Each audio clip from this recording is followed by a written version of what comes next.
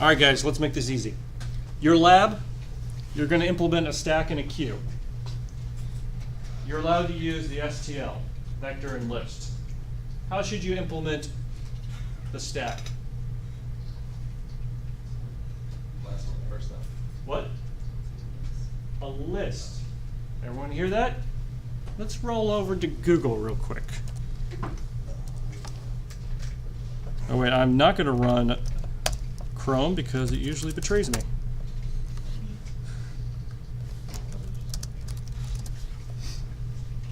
You got this, Google.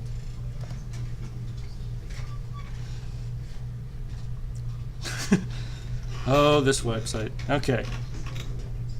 Hey, look. You have push back. Actually, you have push back and pop back. Does that sound helpful? Yes. Good. Moving on. Queues. So stack was the last in, first out. Did you have a question? Okay. Last in, first out. A queue is going to be first in, first out. We call them lines in America because that's the way we work, but it's really a queue. You get into the queue, the first one in the queue is the first one to come out. Like you're waiting in line for a bank. All right. Blah, blah, blah. Okay. So we have our two data structures, array and a list. We'll start with the array implementation. You need to know where the queue is in the front and where the queue is in the back, right? You need to know where the front of the line is, front of the queue, and the back of the queue. So we're going to keep the pointer or the position of front and the position of the rear. So is the front not always going to be 0? Correct. Uh-oh. Yeah, that was just going to cause lots of problems. So if we have A, B, C, the rear is C because that's the last guy to go in the line. A is still in the front, right? Everyone following this so far? If A gets out of line, front becomes 1 and rear becomes 2. Oh boy. Okay. Everyone following so far? Yes. So you said if A got out of line, right? A was able to pop, right? They were able to service A, right? Okay. So A comes out of the bank line. Got it. So Then here's the next one. B is now in the front of the line or the queue, Okay. and C is in the back of the line or the queue.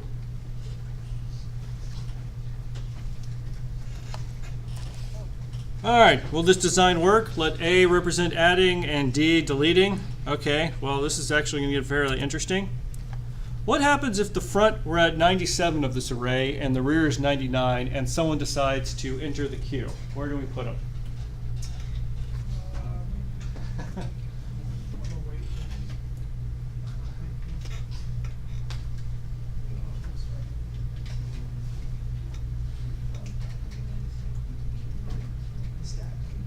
Stack.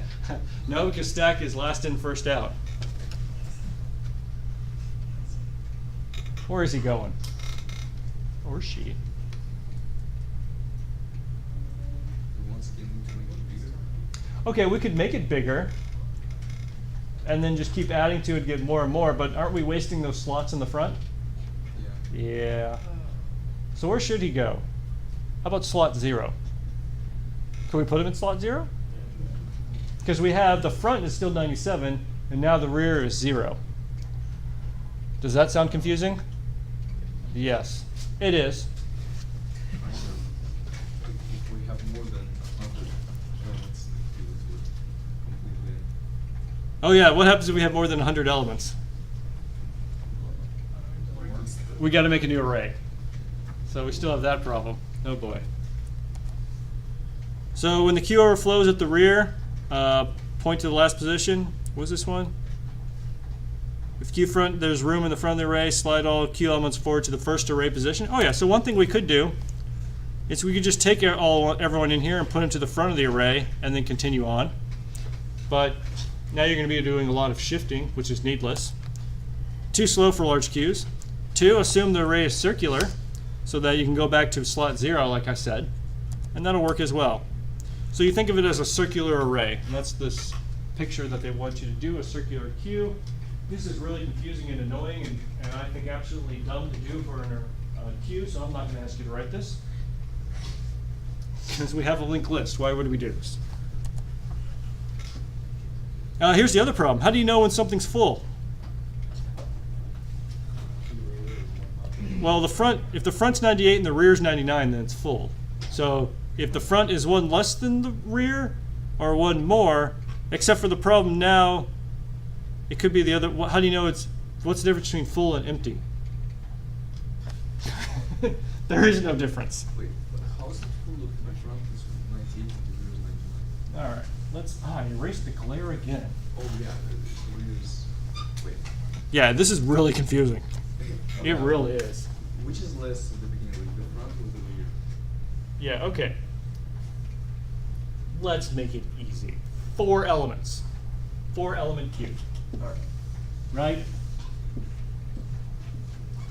All right. Front equals 0, rear equals 0. How am I doing? Let me move that camera just a little. Whoop. All right. So that's how we begin, right? Let's add 4 people. Good old 1, 2, 3, 4. Everyone okay with that? So where's the rear? Oh wait, no, 4. Actually, where is the rear? Well, let's take this one at a time.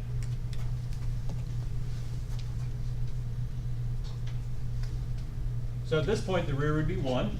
We add another guy. The rear would be 2. We add another guy. The rear would be 3. Remember, that's the index. Let me change the numbers so this is less confusing while people who are trying to read it. 93, rear is 1.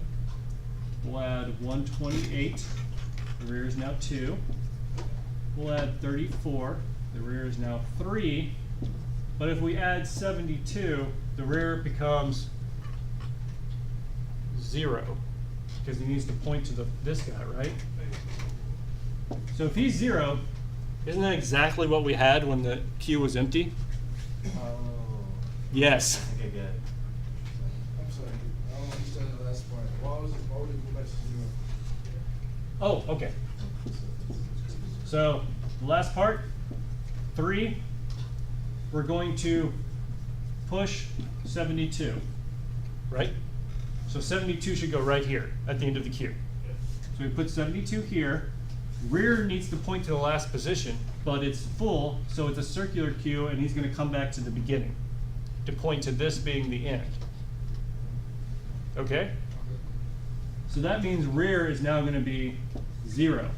The problem is, this is exactly what we had when the queue was empty. Yeah. So how do we know when the queue is empty or full?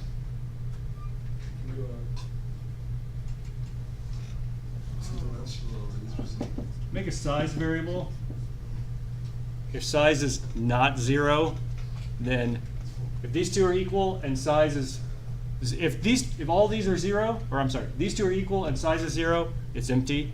These two are equal and size is not 0, it's full. But then add one more element to it, and it's going to overwrite the first. Well, the problem is when you add another one, you're now overflowing, and you need to double the size of your array. So if you add one more, now you need to make this 8 elements and copy everything over. Wait, what do you need to? So if you're going, we pushed the 72, and now we're going, well, we did 93, 128, 34, 72, and now we're going to try and push 21. We can't put them into the queue, right? Yeah. So we have to create a new one.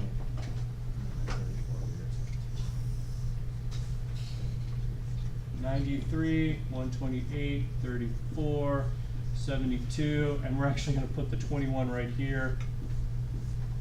And then we got to update all of this. So this becomes 5. Front will still be 0, and now the end is what? 0, 1, 2, 3, 4, 5. Right?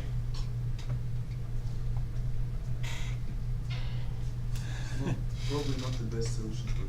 Thank you. That's the point. This is terrible.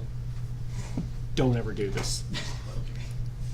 This is terrible. Because the other issue that comes up is now we're going to pop, right? and then we pop this, and just, all right, well, this is still 93 in all actuality. The front becomes 1. Let's go ahead and push some more numbers like 4, 8, and 12. Then size should be 7, rear is going to be 0, and then let's go ahead and push another number. We'll call them -5. So now rear is 1, size and front is 1, and now size is 8. Now you need to reallocate this whole array, which means that you actually need to start by copying from the 128 into the new array. Right? You don't want to copy the -5 because the -5 now is going to be at the end of this new array, and you want to copy everything over. Don't be doing this. What's a way easier way to do this? What's that? A loop. How about we use a linked list? Let's do the same thing with a linked list. I'm going to keep. We'll keep at least these numbers up here. So if we're going to push 128 on a queue, we're going to have m head point to 128, right? And then we'll have him point to 34. We'll have this guy point to 72. And let's go ahead and stop right there. And we'll have m tail point to the last one, right? So if you ever want to add something, what do we do? Let's say we're going to add the 21. Put the 21 right here. Make m tails next. Instead of going to null, go to 128, and then update m tail to now point to 21. Right? Everyone see this? Okay. Is that easier? So I think probably just as easy as with the stack. Yeah, there's only one real addition, and that's you need to keep track of m head and m tail, because when you push, you're going to where m tail is. When you pop, you're going from m head. Right? Everyone see that? Okay.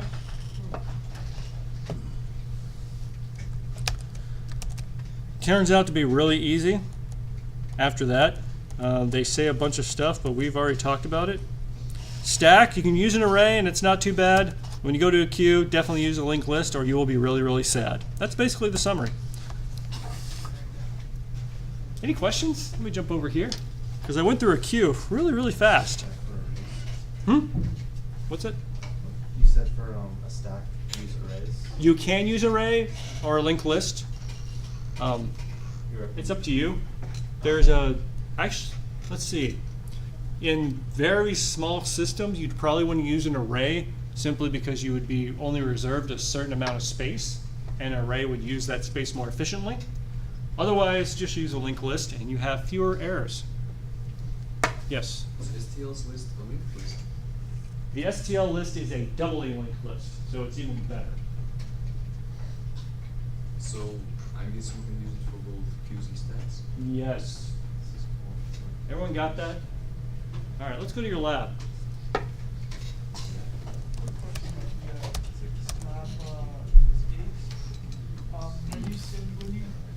Oh, yeah, hold on, let me finish up with this lab first.